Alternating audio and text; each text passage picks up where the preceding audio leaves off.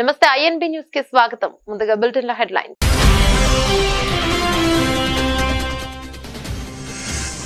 టారిఫ్లపై చర్చలు జరిపేందుకు సిద్ధమని మరోమారు ప్రకటించిన అమెరికా అధ్యక్షుడు. జపాన్, సౌత్ కొరియాల ప్రతినిధులు చర్చలకు వస్తున్నారని వివరణ.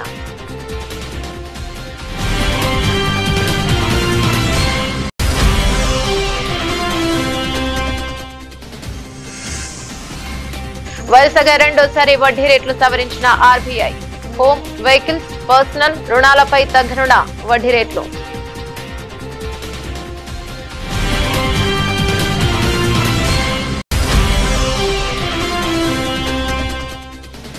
భారత్ కు రేపు 26/11 ముంబై ఉగ్రదాడి సూత్రధారి తహవూర్ రానా అప్పగింత కార్యక్రమాన్ని నిశితంగా పరిశీలిస్తున్న అజిత్ దోవల్. కేంద్ర హోంమంత్రిత్వ శాఖ.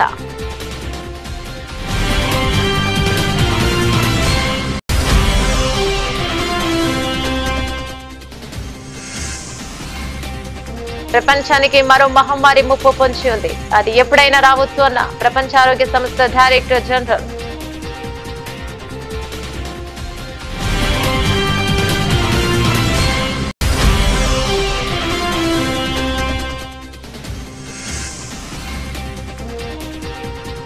వర్క్ సవరణ చట్టం అమల్లోకి వచ్చింది. గెజెట్ విడుదల చేసిన కేంద్రం.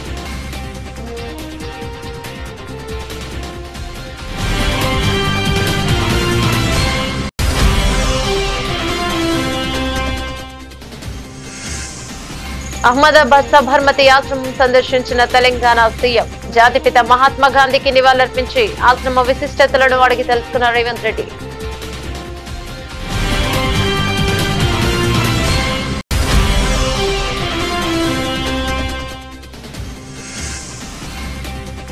పవన్ కుమారుడు మార్క్ శంకర్ కు కొనసాగుతున్న చికిత్స. నేరుగా ఆసుపత్రికి చేరుకుని కుమారుడిని చూసిన డిప్యూటీ సీఎం.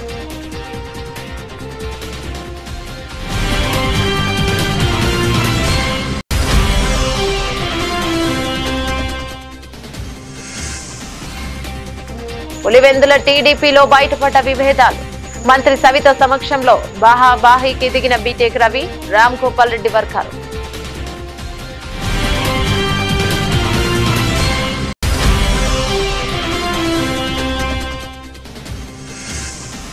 వైఎస్ జగన్ విమర్శించే స్థాయి ఎస్ఐ సుధాకర్ యాదవ్ కు లేదు. మాజీ MLA Thopudurthi Prakash Reddy strong counter.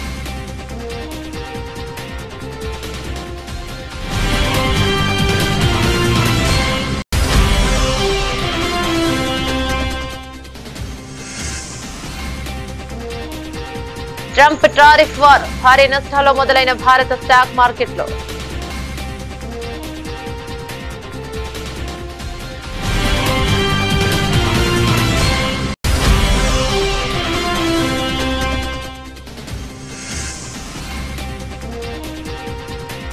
పరుగుల వర్షం కురిసిన మ్యాచ్. లక్నోపై 4 పరుగుల తేడాతో ఓడిన కోల్కతా.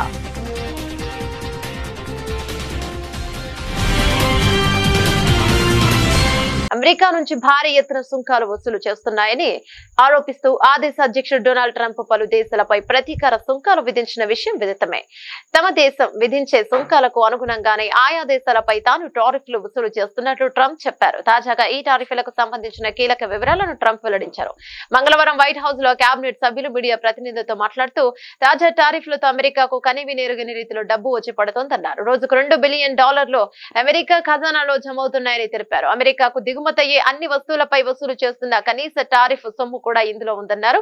కాగా టారిఫ్ల విషయంలో చర్చలకు తాను సిద్ధమని ట్రంప్ మరోసారి ప్రకటించారు. ఈ విషయంలో జపాన్, సౌత్ కొరియా దేశాల ముందుకు వచ్చాయని చెప్పారు. ట్రంప్ జపాన్ పై 24%, సౌత్ కొరియాపై 25% ప్రతీకార సుంకాలు విధించారు. దీనిపై చర్చించేందుకు ఆయా దేశాల ప్రతినిధులు వాషింగ్టన్ వస్తున్నారని ట్రంప్ వివరించారు. మరోవైపు తాను విధించిన ప్రతీకార సుంకాలకు చైనా కౌంటర్ గా 34% పన్నులు విధించడంపై ట్రంప్ మండిపడ్డారు. చైనాపై అదనంగా 50% పన్ను విధించారు. చైనాపై గతంలో 20% పన్ను వసూలు చేస్తుండగా ట్రంప్ 34% ప్రతీకార సుంకాలు విధించారు.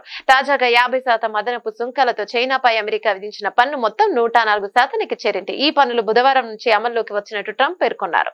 The first 4 years we had the most successful country in history in terms of economics. We had 88% increase in the stock markets. We had an 88% increase. There's never been any president that had an 88% increase. We had 88% and there are a lot of happy people. And I think we're going to do much better than that this time, because this time I'm doing what I want to do with respect to the tariffs. I think we're going to do much better. And just remember the numbers. When you get up to $2 billion a day, $2 billion a day, they're saying, sir, can't be that, can it? I said, yeah, it can. It's the biggest transaction ever made. This is bigger than any deal. You guys, some of you work for companies. Your companies are peanuts. I don't care how big they are. Compared, this is the largest transaction in the history of our country. And don't let some of these politicians go around saying, because I'm telling you, these countries are calling us up, kissing my ass. They are dying to make a deal. Please, sir, make a deal. I'll do anything. I'll do anything, sir. And then I'll see some rebel Republican, some guy that wants to grandstand, say, I think that Congress should take over negotiations. Let me tell you, you don't negotiate like I negotiate. Congress takes over negotiating. Sell America fast, because you're going to go busted. You don't. I just saw it today. A couple of your congressmen said, I think we should get involved in the negotiation of the tariffs. So that's what I need. I need some guy telling me how to negotiate. I tell you, the happiest people in the world would be China. They wouldn't be paying 104%. I tell you, they'd be paying no percent. We'd be paying them 104%. That's the beauties. These guys, we gotta. Bharatiya reserve bank RBI వరుసగా రెండోసారి కీలక వడ్డీ రేట్లను సవరించింది. Repo రేటును 2.25% మేర తగ్గించింది. దీంతో 6.25% నుంచి 6% రెపో రేటు వచ్చింది. ఈ మేరకు ద్రవ్య పరపతి విధాన కమిటీ నిర్ణయాలను ఆర్బీఐ గవర్నర్ సంజయ్ మల్హోత్రా వెల్లడించారు. దీంతో హోమ్ వెహికల్, పర్సనల్ రుణాలపై వడ్డీ రేట్లు తగ్గనున్నాయి. కాగా ఫిబ్రవరిలోనూ వడ్డీ రేట్లను 25 బేసిస్ పాయింట్ల మేర తగ్గించే విషయం తెలిసిందే. ప్రస్తుతం దేశీయంగా ద్రవ్యోల్బణం నియంత్రణ దిశలోనే ఉంది. 2025 ఫిబ్రవరిలో రిటైల్ ద్రవ్యోల్బణం 3.6%కి దిగొచ్చింది. ప్రధానంగా ఆహార పదార్థాల ధరలు తగ్గుముఖం పట్టడంతో రిటైల్ ద్రవ్యోల్బణం తగ్గింది. ఈ క్రమంలోనే బలహీనంగా ఉన్న ఆర్థిక వృద్ధికి ప్రాధాన్యత ఇవ్వడం కోసం రేటును తగ్గించింది. ఇక ఇటీవల అమెరికా అధ్యక్షుడు డొనాల్డ్ ట్రంప్ ప్రకటించిన ప్రతీకార సుంకాల ప్రభావంతో ప్రపంచ వాణిజ్యంపై ఆందోళనలు పెరిగిన సంగతి తెలిసిందే. దీంతో యుఎస్ కు కీలక ఎగుమతిదారుగా ఉన్న ఇండియాలో ఆర్థిక ఒత్తిడిని ఎదుర్కొనేందుకు దేశీయంగా వినియోగం, పెట్టుబడుల సామర్థ్యాన్ని కొనసాగించేందుకు వడ్డీ రేట్లపై ఆర్బీఐ కోత విధించింది. And now I come to the decisions of the Monetary Policy Committee. After a detailed assessment of the evolving macroeconomic and financial conditions and outlook, the MPC voted unanimously to reduce the policy repo rate by 25 basis points to 6% with immediate effect. I repeat, the MPC voted unanimously to reduce the policy repo rate by 25 basis points to 6% with immediate effect. 2008 Mumbai ఉగ్రదాడి సూత్రధారి తహూర్ రానాను రేపు భారత్ కు తీసుకొచ్చే అవకాశం ఉన్నట్టు తెలుస్తోంది. Intelligence దర్యాప్తు అధికారులతో కూడిన బృందం రేపు తెల్లవారుజామున అమెరికా నుంచి భారత్ కు తీసుకురానుందని సమాచారం. భారత్ కు చేరుకున్న తర్వాత రానాను జాతీయ దర్యాప్తు సంస్థ ఎన్ఐఏ కస్టడీలోకి తీసుకుంటుంది. ఈ అప్పగింత కార్యక్రమాన్ని జాతీయ భద్రతా సలహాదారు అజిత్ దోవల్, హోంమంత్రిత్వ శాఖ సీనియర్ అధికారులు నిశితంగా పర్యవేక్షిస్తున్నారు. పాకిస్తాన్ సంతతికి చెందిన కెనడియన్ వ్యాపారవేత్త అయిన రానా కరుడుగట్టిన ఉగ్రవాద సంస్థ లష్కరే తోయిబా LETలో చురుకైన పాత్ర పోషించాడు. ముంబైలోని కీలక లక్ష్యాలపై నిఘా పెట్టిన Pakistani American David Coleman Headley alias Dawood గిలానీకి ప్రయాణ పత్రాలు సులభంగా ఇప్పించడంలో రానా కీలక పాత్రను పోషించాడు. అనంతరం Pakistan Inter Services Intelligence ISI agency నుంచి లాజిస్టిక్స్ వ్యూహాత్మక మద్దతుతో ఉగ్రవాదులు ముంబైలో దాడికి పాల్పడ్డారు. ముంబై ఉగ్రవాదాడిలో 170 మందికి పైగా ప్రాణాలు కోల్పోయారు. దాడికి పాల్పడిన ఉగ్రవాదుల్లో ఒకడైన అజ్మల్ కసబ్ ను సజీవంగా పట్టుకున్నారు. ఇక విచారణ అనంతరం అతన్ని ఉరితీశారు. కాగా ఈ దాడుల్లో వెనుక సూత్రధారి రానాను తాత్కాలికంగా తమకు అప్పగించాలంటూ ఇక జూన్ 2020లో అమెరికాను భారత్ అభ్యర్థించింది. అప్పగింతకు సంబంధించి చట్టపరమైన ప్రక్రియను ప్రారంభించింది. రానా అప్పగింతను ఫిబ్రవరిలోనే అమెరికాకు అధ్యక్షుడు డొనాల్డ్ ట్రంప్ ధృవీకరించారు. తనను భారత్ కు అప్పగించడాన్ని నిలిపివేయాలంటూ కోరుతూ తాహూర్ రానా దాఖలు చేసిన పిటిషన్ అమెరికా సుప్రీంకోర్టు తిరస్కరించింది. 64 ఏళ్ల ఈ వ్యాపారవేత్త ప్రస్తుతం లాస్ ఏంజల్స్ లోని మెట్రోపాలిటన్ డిటెన్షన్ సెంటర్ లో ఉన్నాడు. ప్రపంచానికి మరో మహమ్మారి ముప్పు పొంచి ఉందని ప్రపంచ ఆరోగ్య సంస్థ WHO director general Tedros Adhanom హెచ్చరించారు. ఇక మరో మహమ్మారి అనివార్యమని కూడా ఆయన స్పష్టం చేశారు. అయితే అది ఎప్పుడనేది ఖచ్చితంగా చెప్పలేమని తెలిపారు. WHO పాండమిక్ అగ్రిమెంట్ పై జెనీవాలో నిర్వహించిన 13వ పునః ప్రారంభ సమావేశంలో ఆయన మాట్లాడుతూ కరోనా వల్ల ప్రపంచం ఎదుర్కొన్న పర్యావరణాలను గుర్తు చేశారు. పరిస్థితులు పూర్తిగా చక్కబడే వరకు మరో మహమ్మారి ఆగదని, అది ఎప్పుడైనా సంభవించవచ్చని హెచ్చరించారు. అందుకు 20 ఏళ్లు పట్టవచ్చు లేదా రేపే సంభవించవచ్చని వ్యాఖ్యానించారు. ప్రతి ఒక్కరు కూడా మరో మహమ్మారికి సిద్ధంగా ఉండాలని సూచించారు. కరోనా సృష్టించిన విలయాన్ని మనందరం చూసామని, ఈ మహమ్మారి కారణంగా అధికారికంగా 70 లక్షల మంది చనిపోయారని చెప్పినప్పటికీ ఆ సంఖ్య 2 కోట్లు దాటి ఉంటుందని అన్నారు. ప్రపంచ ఆర్థిక వ్యవస్థ $10 ట్రిలియన్ కంటే ఎక్కువ ఆర్థిక నష్టాన్ని చవిచూస్తుందని ఆయన పేర్కొన్నారు. వర్క్స్ సవరణ చట్టం 2025 అమల్లోకి వచ్చింది. ఈ చట్టానికి సంబంధించిన బిల్లు ఇటీవల పార్లమెంట్ ఆమోదం పొందింది. విషయం తెలిసిందే. దీనిని అమల్లోకి తీసుకువస్తూ కేంద్ర ప్రభుత్వం నేడు నోటిఫికేషన్ జారీ చేసింది. పార్లమెంట్ ఉభయ సభల నుంచి ఆమోదం పొందిన ఈ బిల్లుకు రాష్ట్రపతి ద్రౌపది ముర్ము ఆమోద ముద్ర వేశారు. దీంతో వర్క్స్ సవరణ బిల్లు చట్టం మారింది. ఈ చట్టాన్ని నేటి నుంచి అమల్లోకి తీసుకువస్తున్నట్లు కేంద్రం గెజిట్ నోటిఫికేషన్ ద్వారా తెలియజేస్తుంది. ఇక మరోవైపు ఈ వర్క్స్ చట్టంపై కాంగ్రెస్, మజ్లిస్ పార్టీల ఎంపీలు, ముస్లిం సంఘాల ప్రతినిధులు సుప్రీంకోర్టును ఆశ్రయించారు. దీనికి సంబంధించి మొత్తం 15 పిటిషన్లు దాఖలయ్యాయి. ఇక ఈ పిటిషన్లను విచారణకు స్వీకరించిన సుప్రీంకోర్టు ఈ నెల 16న విచారణ చేపట్టనుంది. కేంద్ర ప్రభుత్వం కూడా కేవియట్ విశ్లేషణ దాఖలు చేసింది.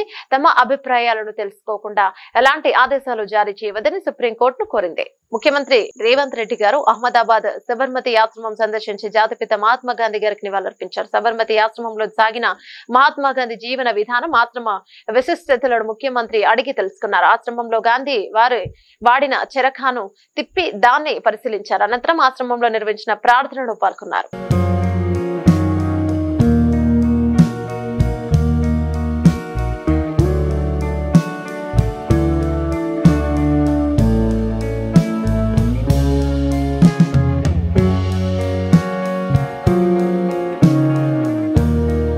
సింగపూర్లోని ఓ పాఠశాలలో జరిగిన అగ్ని ప్రమాదంలో AP deputy CM Pawan Kalyan చిన్న కుమారుడు మార్క్ శంకర్ పవనోవిచ్ కు గాయాలైన విషయం తెలిసిందే. ఇక ప్రస్తుతం సింగపూర్లోని ఆసుపత్రిలో మార్క్ శంకర్ కు చికిత్స కొనసాగుతుంది. నిన్న రాత్రి హైదరాబాద్ నుంచి సింగపూర్ వెళ్లిన పవన్ కళ్యాణ్ నేరుగా ఆసుపత్రికి చేరుకున్నారు. ఇక తన కుమారుని శంకర్ ను చూశారు. చేతులు, కాలకు కాయలు కావడంతో పాటు ఉపరితిత్తుల్లోకి పొగచేయడంతో మార్క్ శంకర్ కు అత్యవసర వార్డులో చికిత్స అందిస్తున్నారు. పవన్ అక్కడికి వైద్యులు, అధికారులతో మాట్లాడారు. మార్క్ కోలుకుంటున్నాడని, ఉపరితిత్తుల్లోకి పొగచేయడంతోనే తలెత్తే ఆరోగ్యపరమైన ఇబ్బందులపై పరీక్షలు చేస్తున్నామని తెలిపారు. భారత కాలమాన ప్రకారం బుధవారం ఉదయం అత్యవసర వార్డు నుంచి మార్క్ ను వేరే గదికి మార్చినట్టు తెలుస్తోంది. ఇక మరో 3 రోజుల పాటు వైద్య పరీక్షలు చేయాల్సి ఉంటుందని ఆసుపత్రి వైద్యులు తెలియజేశారు. My wholehearted gratitude and heartfelt namaskars to Honorable Prime Minister Sri Narendra Modi ji for giving me a call and assuring me that everything is going to be all right. And he gave a great support through Indian High Commission in Singapore. In a tragic incident which happened today, my son is being a part of it. And they were supposed to attend a summer camp with 30 students, and it resulted in some fire accident. And I was doing a particular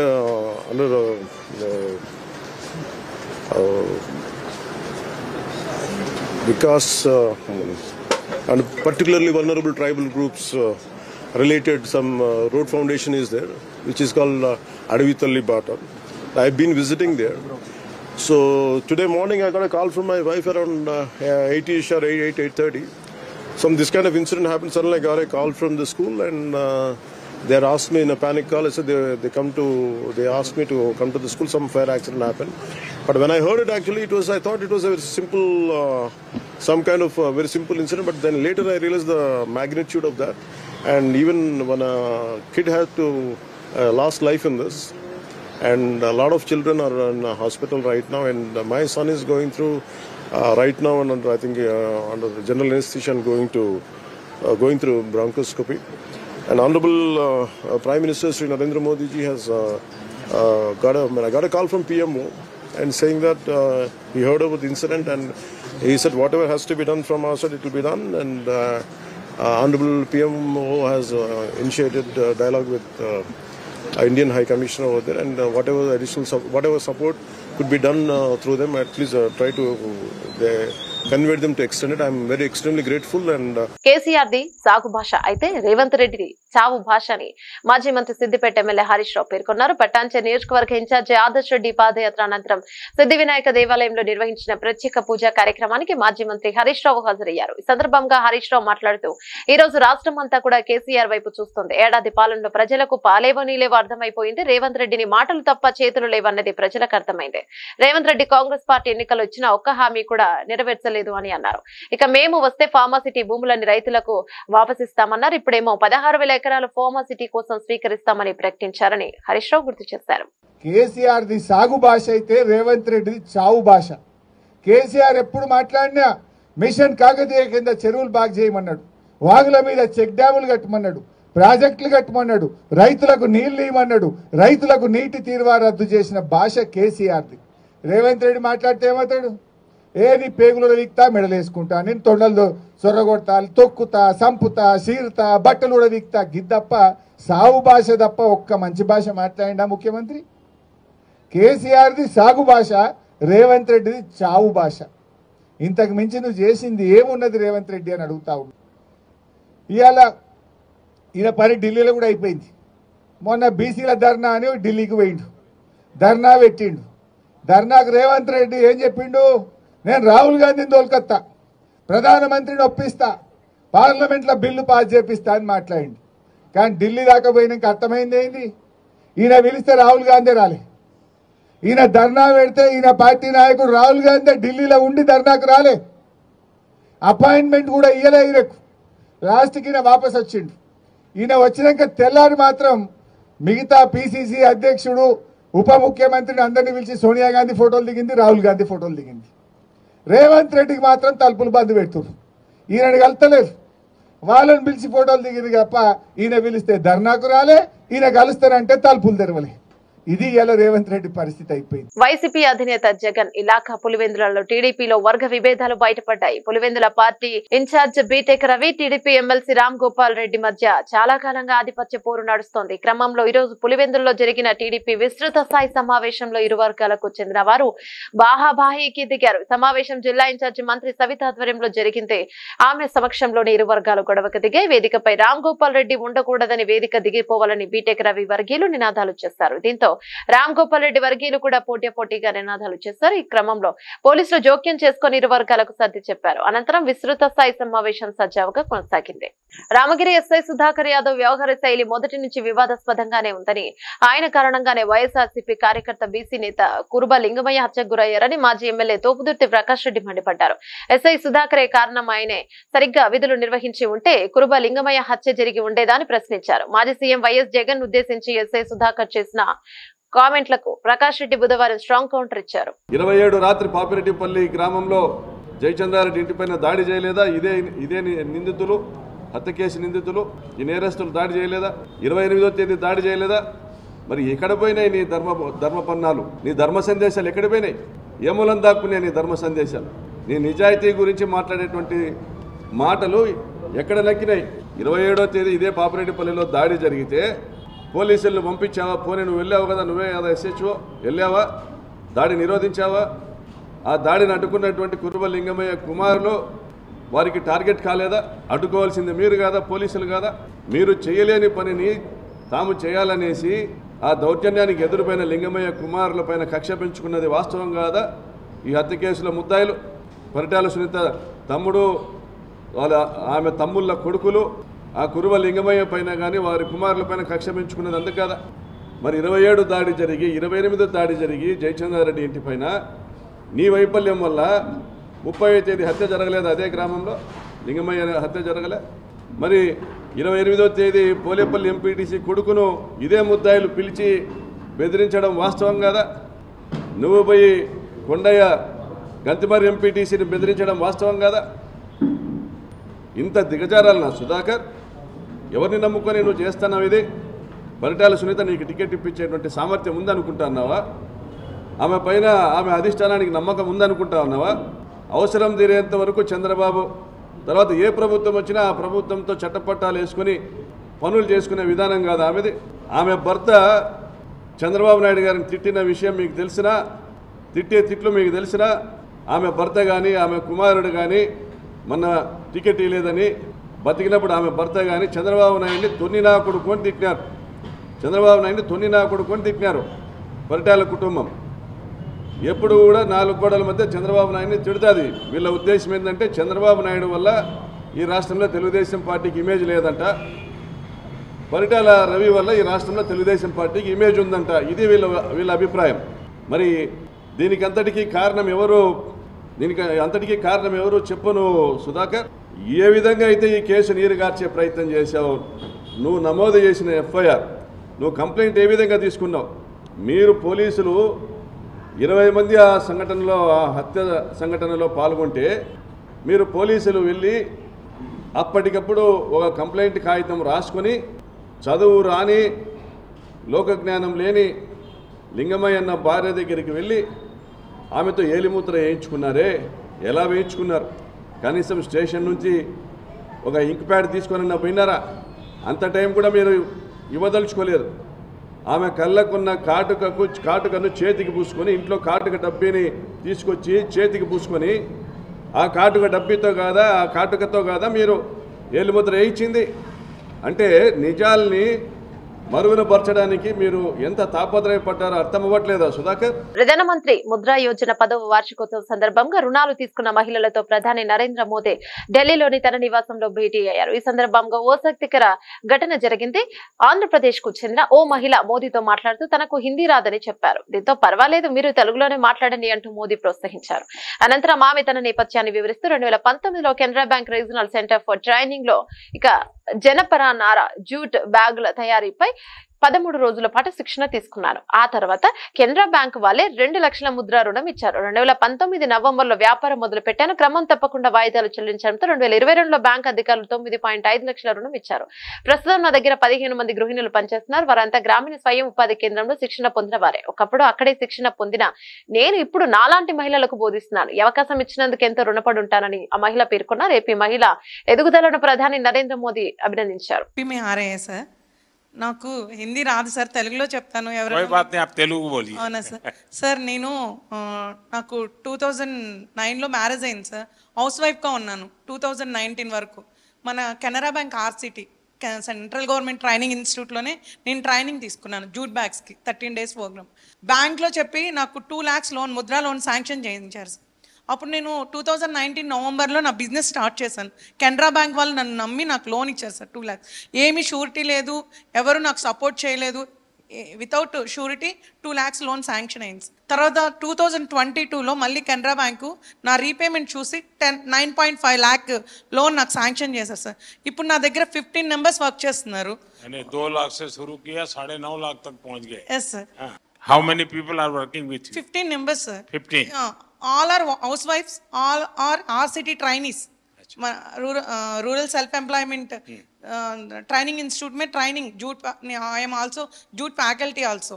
నాకు ఇంత అవకాశం ఇచ్చినందుకు చాలా ధన్యవాదాలు sir. చాలా ధన్యవాదాలు. America అధ్యక్షుడు Donald Trump చైనాపై 104% సుంకాలను విధించనున్నట్టు ప్రకటించారు. అమెరికా సుంకాలపై చైనా వెనక్కి తగ్గపోవడంతో తాజాగా కొత్త సుంకాలను ప్రకటించారు. క్రమంలో వాణిజ్య యుద్ధం భయాల నేపథ్యంలో మార్కెట్లు ఒక్కసారిగా నష్టాల్లోకి చేరుకున్నాయి. ప్రారంభంలో సెన్సెక్స్, నిఫ్టీ నష్టాలు మొదలయ్యాయి. మొన్నటి రికార్డు స్థాయి నష్టాల నుంచి మంగళవారం కోలుకున్న మార్కెట్లకు చైనాపై విధించిన సుంకాలతో మార్కెట్ మరోసారి ఒడిదుడుకులను ఎదుర్కొంటున్నాయి. ఇక మరోవైపు ఇవాళ ఆర్బీఐ ఎంపీపీ నిర్ణయాలను ప్రకటించనుంది. బుధవారం మార్కెట్లు క్రితం సెషన్స్ తో పోలిస్తే సెన్సెక్స్ 73,673.06 పాయింట్ల వద్ద నష్టాలు మొదలైంది. ప్రారంభంలోని సెన్సెక్స్ 554.02 పాయింట్ల పతనమైంది. ప్రస్తుతం స్వల్పంగా కోలుకొని 184.62 పాయింట్ల నష్టంతో 7,442.45 వద్ద ట్రేడ్ అవుతుంది. నిఫ్టీ సైతం స్వల్పంగా కోలుకొని 72.7 పాయింట్ల నష్టంతో 22,463.15 పాయింట్ల వద్ద కొనసాగుతుంది. ట్రేడింగ్ లో దాదాపు 364 షేర్లు లాభపడగా 422 షేర్లు పతనమయ్యాయి. నిఫ్టీలో HCL, Kotak Mahindra bank, Asian Paints, Maruti Suzuki, Tata Motors ప్రధాన లాభపడగా doctor Reddy's labs, HCL, tech Mahindra, Cipla ONGC నష్టపోయాయి. ఈడెన్ గార్డెన్స్ లో భారీ స్కోర్లు నమోదైన మ్యాచ్ లో కోల్కతా నైట్ రైడర్స్ ఓటమి పాలైంది. హోరాహోరీ మ్యాచ్ లో కొద్దిలో గెలుపును చేజార్చుకుంది. 239 పరుగుల లక్ష్య ఛేదంలో కేకేఆర్ 20 ఓవర్లలో 7 వికెట్లకు 234 పరుగులు చేయడం ఆ జట్టు పోరాట పటిమను చాటుతోంది. ఈ మ్యాచ్ లో తొలుత బ్యాటింగ్ చేసిన లక్నో సూపర్ జైంట్స్ నిర్ణీత 20 ఓవర్లలో 3 వికెట్లకు 238 పరుగులు చేసింది. Mitchell Marsh 81, Nicholas Pooran 87, Aiden Markram 47 పరుగులు చేశారు. అనంతరం భారీ టార్గెట్ ఛేదించినందుకు బరిలో దిగిన కోల్కతా జట్టు సొంత గడ్డపై జూలు విదిల్చింది. కెప్టెన్ అజింక్య రహానే 35 బంతుల 8 ఫోర్లు 2 సిక్స్లతో 61 పరుగులు చేయగా వెంకటేష్ అయ్యర్ 29 బంతుల్లో 6 ఫోర్లు 1 సిక్స్ తో 41 పరుగులు చేసి అవుట్ అయ్యాడు. ఓపెనర్ క్వింటాన్ డికాక్ 15 మరోసారి నిరాశపరిచినప్పటికీ మరో ఓపెనర్ సునీల్ నరైన్ 13 బంతుల్లోనే 4 ఫోర్లు 2 సిక్స్లతో మరో 30 మరుగులు చేసి సుడిగాలి ఇన్నింగ్స్ ఆడాడు. ఇక చివర్లో రింకు సింగ్ పోరాడిన ఫలితం లేకపోయింది.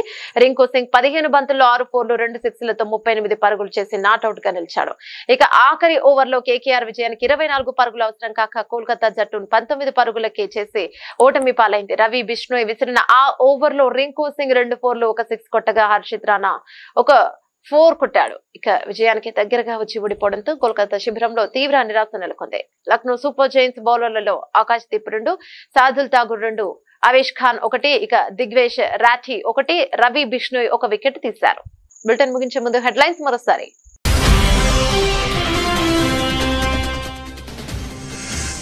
టారిఫ్లపై చర్చలు జరిపేందుకు సిద్ధమని మరోమారు ప్రకటించిన అమెరికా అధ్యక్షుడు. జపాన్, సౌత్ కొరియాల ప్రతినిధులు చర్చలకు వస్తున్నారని వివరణ.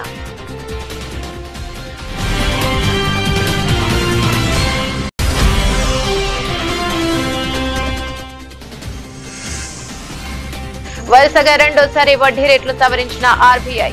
హోమ్, వెహికల్స్, పర్సనల్ రుణాలపై తగ్గనున్న వడ్డీ రేట్లు.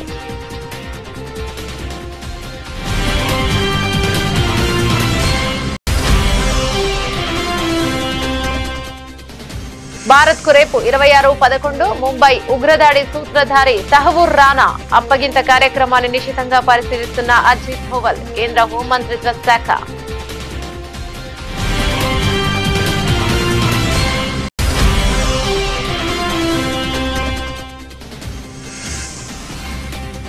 ప్రపంచానికి మరో మహమ్మారి ముప్పు పొంచి ఉంది. అది ఎప్పుడైనా రావచ్చు అన్న ప్రపంచ ఆరోగ్య సంస్థ డైరెక్టర్ జనరల్.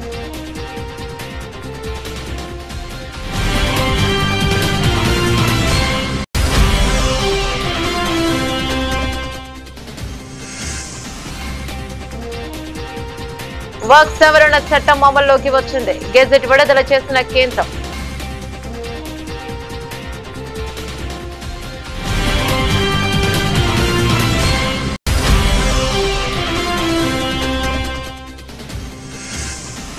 అహ్మదాబాద్ సబర్మతి ఆశ్రమం సందర్శించిన తెలంగాణ సీఎం. జాతిపిత మహాత్మా గాంధీకి నివాళులర్పించి ఆశ్రమ విశిష్టతలను అడిగి తెలుసుకున్న రేవంత్ రెడ్డి.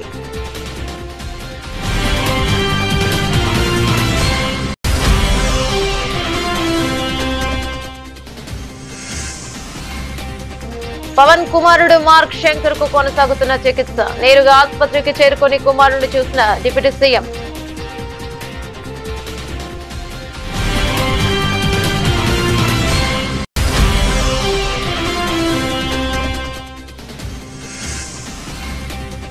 పులివెందుల టీడీపీలో బయటపడ్డ విభేదాలు. మంత్రి సవిత సమక్షంలో బాహాబాహీకి దిగిన బీటెక్ రవి, రామ్ గోపాల్ రెడ్డి వర్గాలు.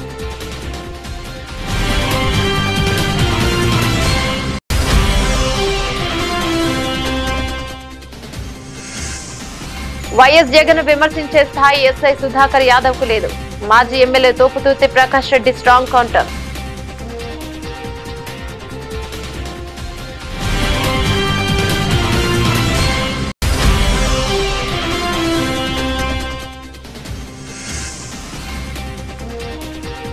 Trump tariff war. భారీ నష్టాల్లో మొదలైన భారత స్టాక్ మార్కెట్లో.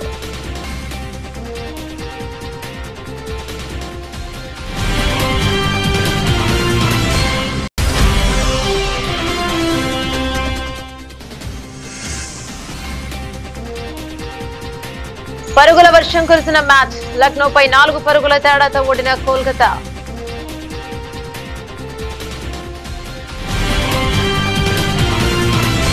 ఇవి బులెటిన్ డీటెయిల్స్. మరో బులెటిన్ మళ్ళీ కలుసుకుందాం. అందరికి సెలవు.